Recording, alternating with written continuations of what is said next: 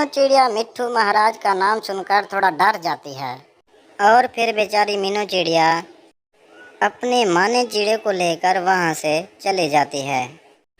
वाह भाई वाह, मीनू चिड़िया ने तो इस पेड़ पर कितने सारे घर बना लिए हैं और अब ये सारे घर मेरे हैं। अब मैं ये सारे घर पंछियों को बेच दूंगा और फिर मैं कितना अमीर हो जाऊंगा और फिर रानी कभी भी मेरे पास वापस आ जाएगी। मानो चिड़े, लगता है इस दफ़ा हमारी सारी मेहनत ज़ाया गई और लगता है कि इस साल हम व्यापार नहीं कर सकेंगे। हम दोनों ने मिलकर कितनी मेहनत से वहाँ पर कितने सारे घर बनाए थे और उस कालू कौवे ने सारे घर हड़प लिए। मम्मा, अगर हमें पहले से पता होता कि वो पेड़ कौवे अंकल के दादाजी का है तो हम वहाँ पर कभी इतने सारे घर नहीं बनाते। हाँ मानी चिड़े, अब क्या कर सकते हैं। मुझे तो लगता है इस साल व्यापार करना हमारे नसीब में ही नहीं लिखा था।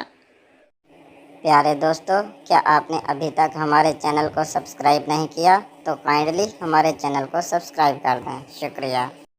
दूसरी तरफ कालू कौवे ने मीनू चिड़िया के घरों को ढेर सारी गंदम के बदले में बेच दिया होता है और फिर सारे पंछी अपने घरों में आराम से रहना शुरू कर देते हैं और फिर कुछ ही देर बाद आसमान पर काले बादल छा जाते हैं और फिर थोड़ी ही देर में बारिश शुरू हो जाती है। मीनू चिड़िया का घोंसला बहुत ही कमज़ोर था।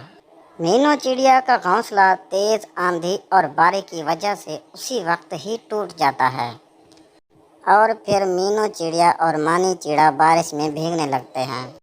मानी चिड़े, कितनी ही तेज़ बारिश हो रही है। अगर ऐसी तेज़ बारिश होती रही तो मानी चिड़े तुम तो बीमार हो जाओगे। मुझे कुछ करना पड़ेगा। हाँ मम्मा, अगर ऐसे ही तेज़ बारिश होती रही तो मैं तो बीमार हो जाऊंगा। इस बारिश का पानी बहुत ही ठंडा है। चलो मानी चिड़े, अब हम यहाँ से चलते हैं। इस बारिश से बचने के लिए कोई महफूज जगह ढूंढते हैं। और फिर मीनू चिड़िया और मानी चिड़ा वहाँ से चले जाते हैं। फिर मीनू चिड़िया और मानी चिड़ा काफ़ी देर तक इधर उधर घूमते रहते हैं। उन्हें बारिश से बचने के लिए कहीं पर भी जगह नहीं मिल रही होती, जिसके कारण थक हार कर मीनू चिड़िया और मानी चिड़ा आकर एक पेड़ पर बैठ जाते हैं।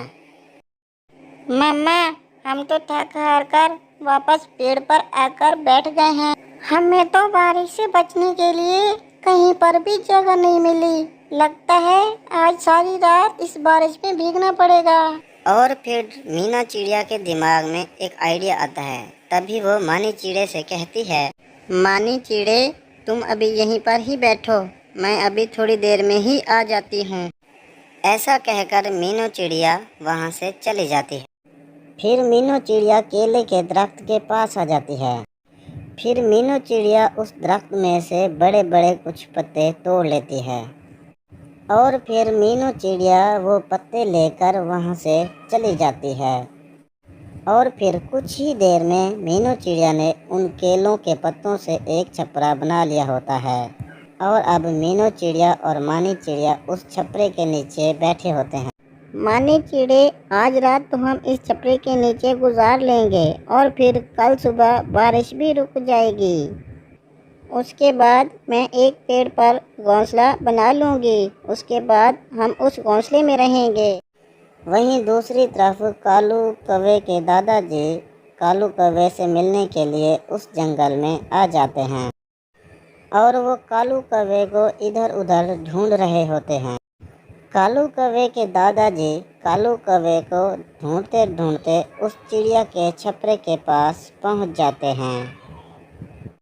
बेटा, इधर कालू कौवा कहाँ रहता है? मुझे कालू कौवे से मिलना है। आपको कालू कौवे से मिलना है? आप तो कालू कौवे के दादाजी लगते हैं। क्या आप कालू कौवे के दादाजी हैं? हाँ बेटा, मैं कालू का दादा हूँ। क्या तुम मुझे बता सकती हो कि कालू कहाँ रहता है? और फिर मीनू चिड़िया अपने दिमाग में एक बात सोचती है। अरे उस पेड़ के नीचे तो कालू कौवे के दादाजी की कब्र है। कालू कौवे के दादाजी तो मर चुके हैं, तो फिर ये कालू कौवे के दादाजी कैसे हो सकते हैं? फिर मीनू चिड़िया कालू कौवे के दादाजी को सारी बात बता देती है। अरे बेटा, मेरे कालू ने तुमसे झूठ कहा है। मेरा कोई भी पेड़ नहीं है। ये कालू तो बचपन से झूठ बोलता है। उसने अपने लालच में मुझे भी मार दिया।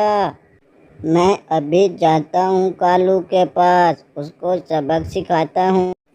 और फिर कालू कौवे के दादाजी, मीनू चिड़िया और मानी चिड़ा कालू कौवे के पास चले जाते हैं। दादाजी, आप यहाँ पर कैसे आए? और आप अकेले आए हो, दादी जी को साथ नहीं लाए? हाँ कालू कौवे, तुम तो कह रहे थे कि तुम्हारा दादाजी मर चुका है और उसकी कब्र इस पेड़ के नीचे है। ये देखो, तुम्हारे दादाजी तो जिंदा हैं और तुमने ये भी कहा था ये पेड़ मेरे दादाजी का है।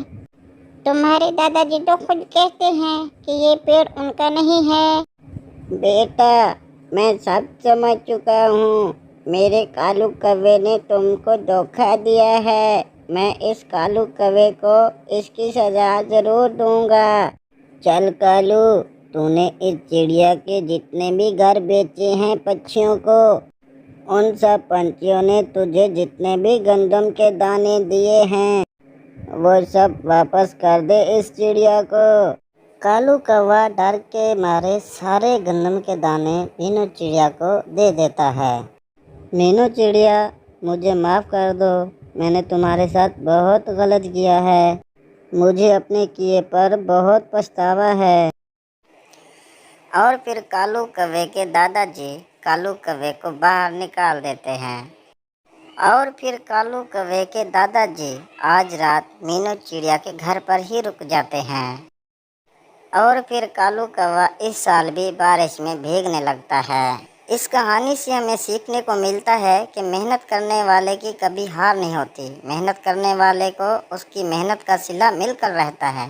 जी तो दोस्तों, कैसी लगी आपको वीडियो अगर अच्छी लगी है तो वीडियो को लाइक करें और चैनल को सब्सक्राइब करना हरगिज़ ना भूलिए। शुक्रिया।